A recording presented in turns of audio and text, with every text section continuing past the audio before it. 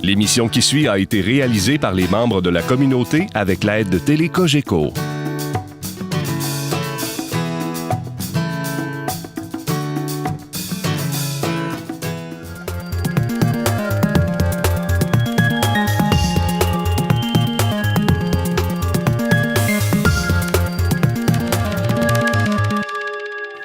Cette semaine, dans le cadre de notre capsule financière, on retrouve M. Sylvain Marleau, conseiller en placement pour la Financière Banque Nationale.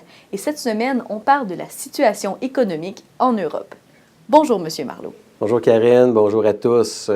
Effectivement, nous allons parler d'Europe, nous allons parler de la France un peu. Récemment, j'étais en vacances touristiques à Paris et puis je me suis posé la question, comment va l'économie dans ce coin-ci? Alors, je commence en vous parlant de la devise. Présentement, ça nous coûte, nous les Canadiens, 1,42 canadien pour acheter 1 euro.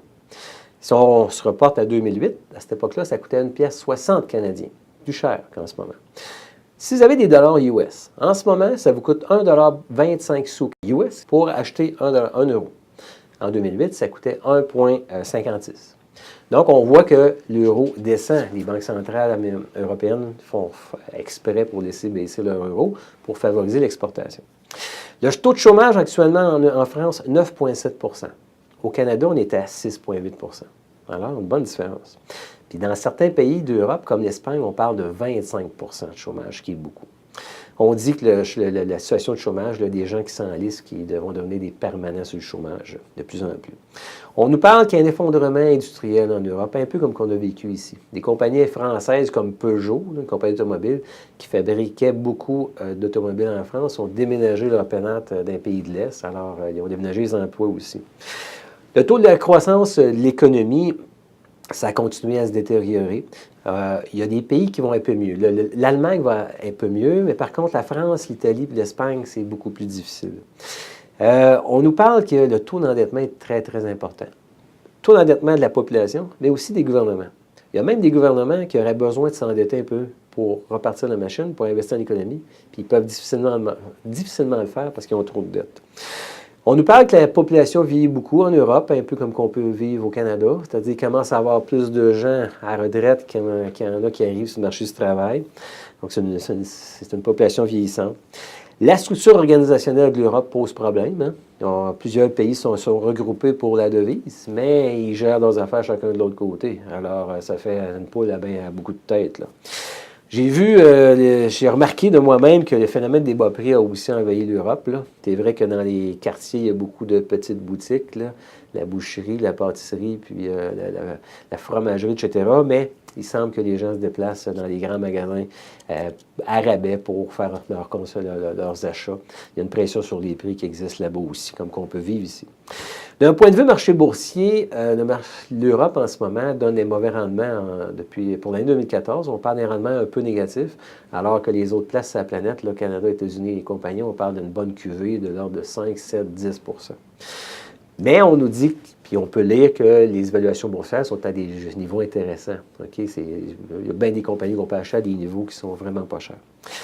Avec toutes les pressions qui existent dans l'économie, le fait que l'Europe ne repart pas facilement, on peut s'attendre à ce que les banques centrales vont mettre des efforts importants pour repartir la machine. Comme qu'on a vu aux États-Unis, ils ont fait. Il y a 3-4 ans, on nous disait aux États, la dette est insupportable, etc. On se retrouve en 2014, la dette a diminué. On se retrouve avec un marché boursier qui a mieux fait aux États-Unis. J'ai l'impression qu'on va vivre un copie-coller avec l'Europe. J'étais sur les Champs-Élysées, qui est un peu notre rue Sainte-Catherine, puis c'est bondé de monde. Les boutiques sont pleines, on dirait qu'ils font des bonnes affaires. Les sites touristiques vont bien. C'est bourré de monde partout. Encore 11 millions de personnes ont visité Versailles cette année. Alors, au niveau touristique, ça a tout à l'air d'aller assez bien. Il y a quelques années, on nous disait l'Europe va prendre la place des Américains sur l'échiquier mondial économique. Bien, écoutez, c'est pas ça qui est en train d'arriver. Les États-Unis, ils ont repris le dessus.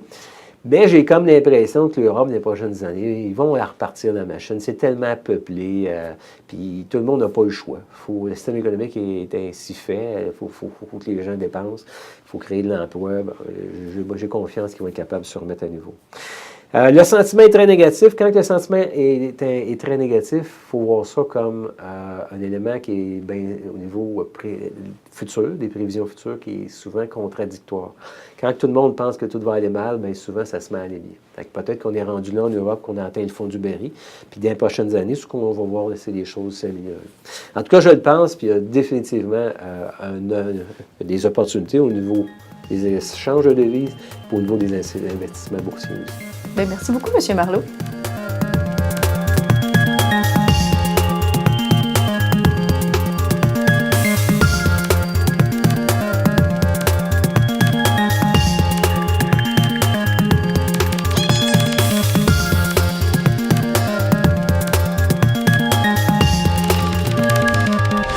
Télé Cogeco, un service exclusif aux clients de Cogeco.